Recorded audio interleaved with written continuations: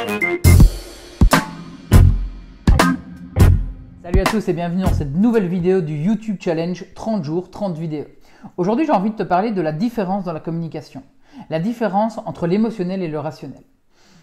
La plupart des gens aujourd'hui, lorsqu'ils communiquent, c'est souvent de manière très rationnelle. Ils expliquent ce qu'ils font. C'est, comme dirait Simon Sinek, c'est le quoi. Qu'est-ce qu'ils font? Moi, j'aide les gens à faire des réseaux sociaux. Moi, j'aide les gens à développer le business.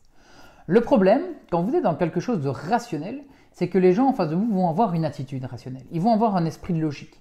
Donc quand vous communiquez et qu'il y a peut-être trop, on parle trop de prix, on parle trop de spécificité, on parle trop de détails, on tombe dans la réflexion rationnelle.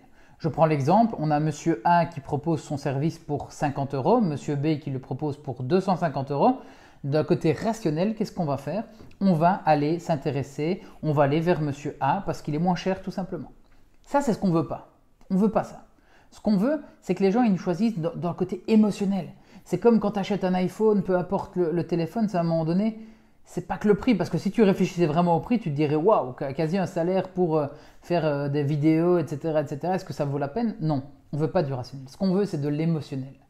Comment générer de l'émotion? C'est en partageant son histoire, c'est en partageant son expertise, c'est en montrant peut-être son expérience, c'est en partageant du contenu qualitatif. Dès que vous allez donner comme ça ce contenu, peut-être que vous allez coûter 2 fois plus cher que votre concurrent, mais vous allez, face à vous, il va y avoir une décision émotionnelle. Ok, lui il est plus cher que l'autre, mais par contre j'accroche avec lui, je me retrouve dans son histoire, les contenus qu'il m'a partagés, ils ont l'air vraiment, vraiment pertinents, et donc on va se dire, ok, le prix, tant pis, je le mets. On est dans l'émotionnel. Et ça, c'est très important à comprendre. Dans la communication aujourd'hui, soyez plutôt dans l'émotionnel que dans le rationnel. Parce que dans le rationnel, vous serez perdant à tous les coups parce qu'il y aura toujours quelqu'un qui sera moins cher que vous.